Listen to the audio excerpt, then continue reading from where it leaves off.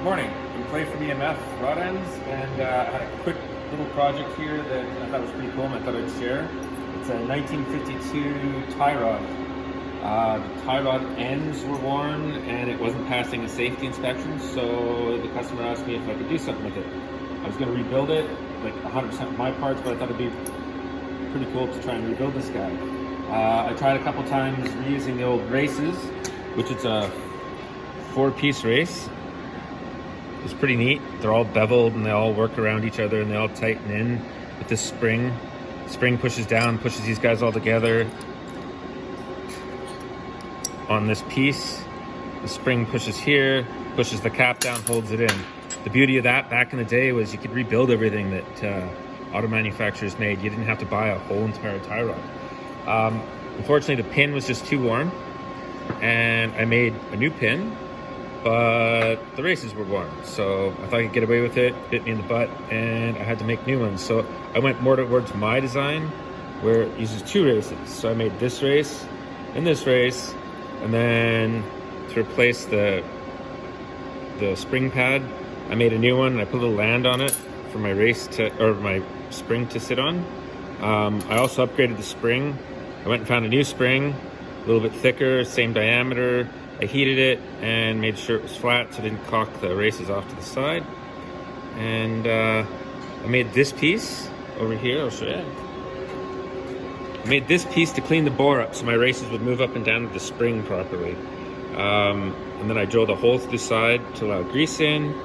And now I've already pressed these ones in just to make this video a little bit quicker. Give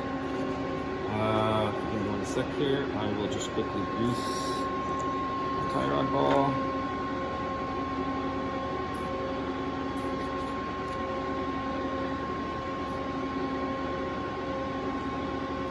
Prelude. That goes in there nice. Please go in. This guy's sized a couple times smaller, so it can slide up. You can kind of see it slide up and down there. Put that in. See it slide like that, so the spring pressure will keep it down. It shouldn't come back up. We'll drop our spring plate in. Actually, I'm gonna put a little bit more grease in there. Put my spring plate in, there's a hole for the grease to get through there, and it'll go around to the sides. Put that in there. Put a new spring on. Put the old cap on. It goes over the spring. Put in the socket. This took a little bit of figuring out, but... So this is so cool, because this is a 70-year-old tie rod. It's gonna be reused again. This way, I don't snap my fingers or something.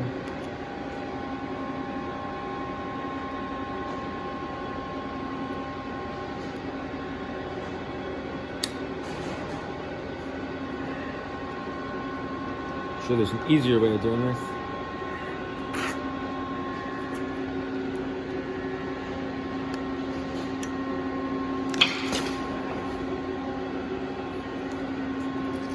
So much for a quick and simple video.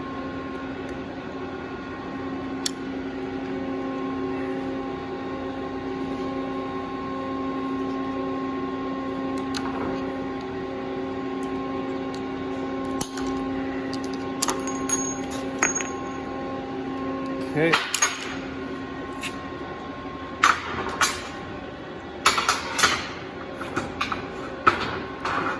Now we have a nice moving, solid up and down, easy turning tie rod that will probably last another 70 years. Hope you guys enjoyed that. I'll try and come up with some other cool stuff.